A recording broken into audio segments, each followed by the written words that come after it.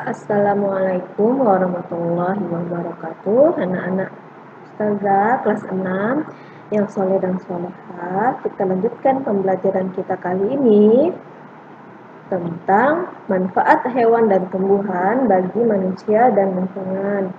Kita sudah belajar tentang adaptasi hewan dan tumbuhan ya, serta ciri-cirinya. Nah, kalian bisa lihat di buku tema 2 halaman 134. Oke. Kita baca basmalah dulu ya. Bismillahirrahmanirrahim.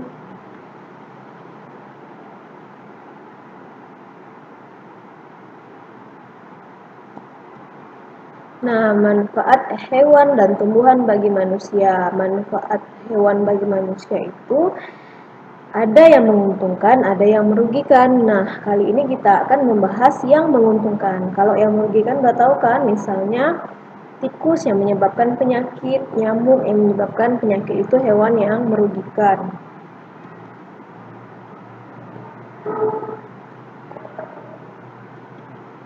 Nah, manfaat hewan bagi manusia dan lingkungan.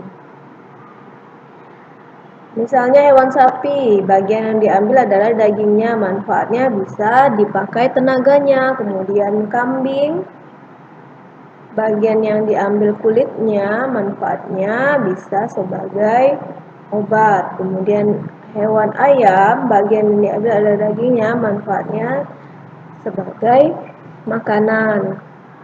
Nah, ada lagi pakaian dari bahan wol berasal dari bulu biri-biri, bahan pakaian sutra berasal dari ulat sutra, kemudian bulu alpaca. Alpaca ini hewan ya, dipakai untuk membuat pakaian.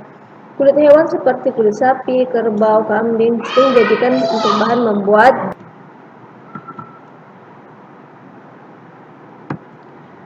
Nah, manfaat hewan sebagai penghasil bahan kerajinan itu misalnya untuk wayang kulit, ya, itu kulit sapi untuk wayang kulit.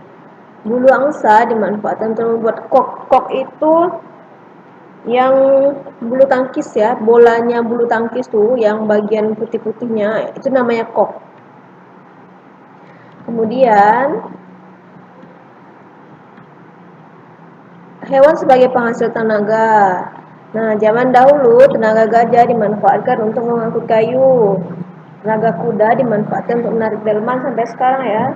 Kuda untuk menarik delman. Kemudian tenaga kerbau dimanfaatkan untuk membajak sawah. Nah, sampai sekarang juga masih dimanfaatkan.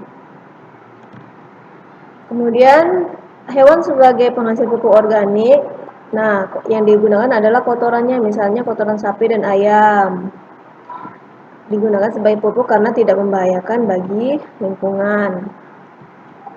Kemudian manfaat tumbuhan bagi manusia dan lingkungan sebagai bahan makanan.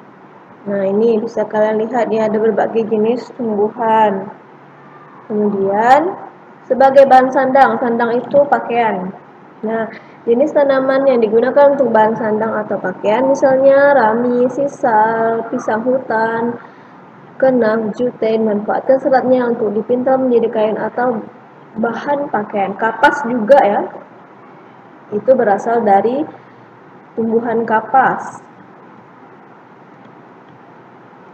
Kemudian tumbuhan yang dimanfaatkan sebagai bahan bangunan misalnya pohon jati, pohon meranti, rotan, pohon kelapa, dan pohon bambu.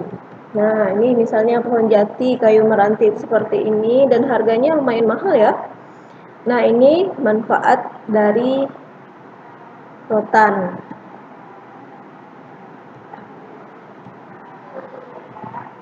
Kemudian tanaman sebagai membuat obat-obatan, misalnya pohon kina. Pohon kina ini untuk menyembuhkan malaria, cengkeh, daun jambu biji juga untuk obat, sambiloto juga untuk obat.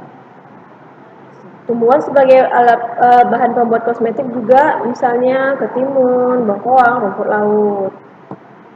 Nah, sedangkan tanaman sebagai bahan baku industri, misalnya tanaman karet sebagai bahan baku membuat karet asli dan bahan ban kendaraan, misalnya sepeda, mobil, motor, pohon kelapa sawit sebagai minyak sayur, kulit pohon sebagai industri kertas, pohon tembakau, industri rokok, lidah buaya, industri makanan, kemudian alang-alang, industri obat untuk panas dalam.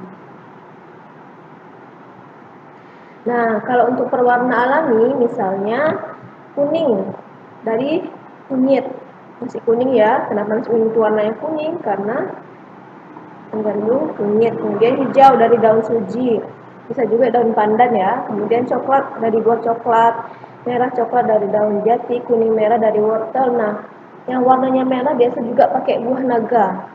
Nah, kelebihannya apa dari pewarna alami ini? Aman dikonsumsi, menghasilkan aroma yang enak dan khas. Kekurangannya, pilihan warnanya terbatas dan tidak tajam, tetapi tidak apa-apa. Alami tapi tidak terlalu tajam warnanya, tapi dia sehat.